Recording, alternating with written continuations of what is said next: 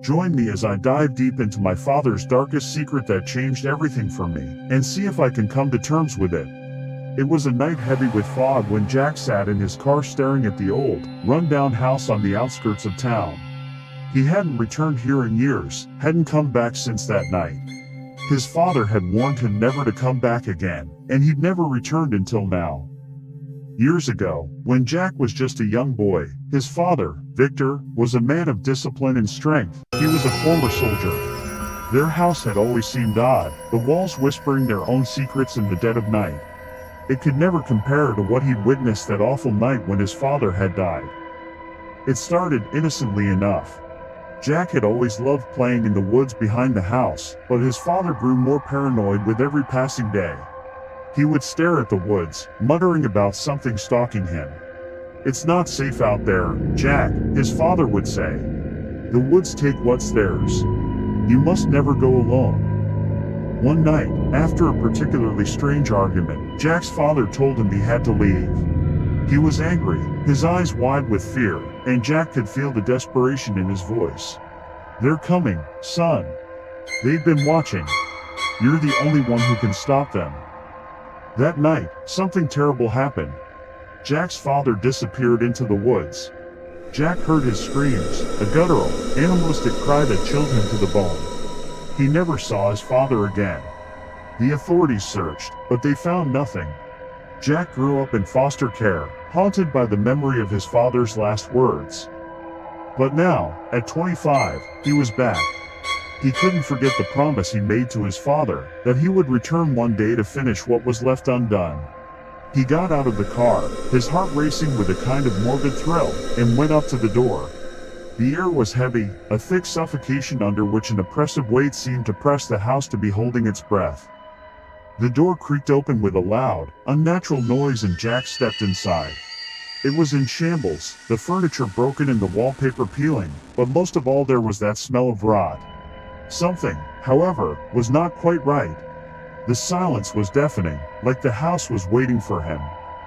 As Jack walked through the dim, narrow corridors, he heard something, a faint scratching sound, like nails dragging across the floor.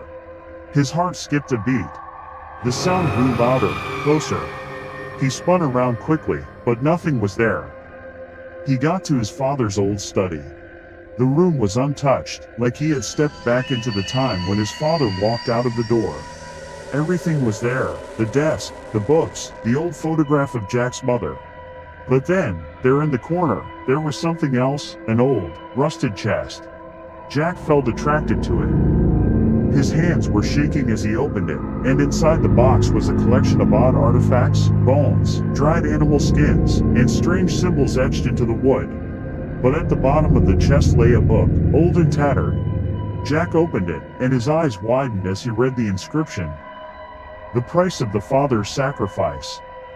Those words gave a shiver to his back, and in the same instance, the ground shook under his feet. The walls began groaning, and the icy wind swept through the house. Jack felt that inside the house, something came alive, stirred inside darkness. He turned his head, and there was, standing in the doorway, his father. Or at least, it seemed so. Victor's eyes were hollow, dark pools of blackness, and his skin was pale, stretched tight over his skull. His mouth moved, but the voice that came out was inhuman, a rasping growl that echoed through the house.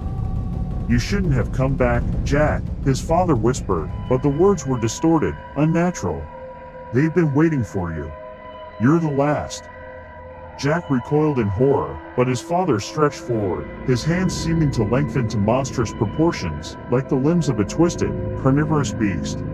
The air grew cold, the shadows deepened, and the house seemed to close over him. Jack's mind ransacked, memories poured in, the warnings from his father, the dark forces from the woods.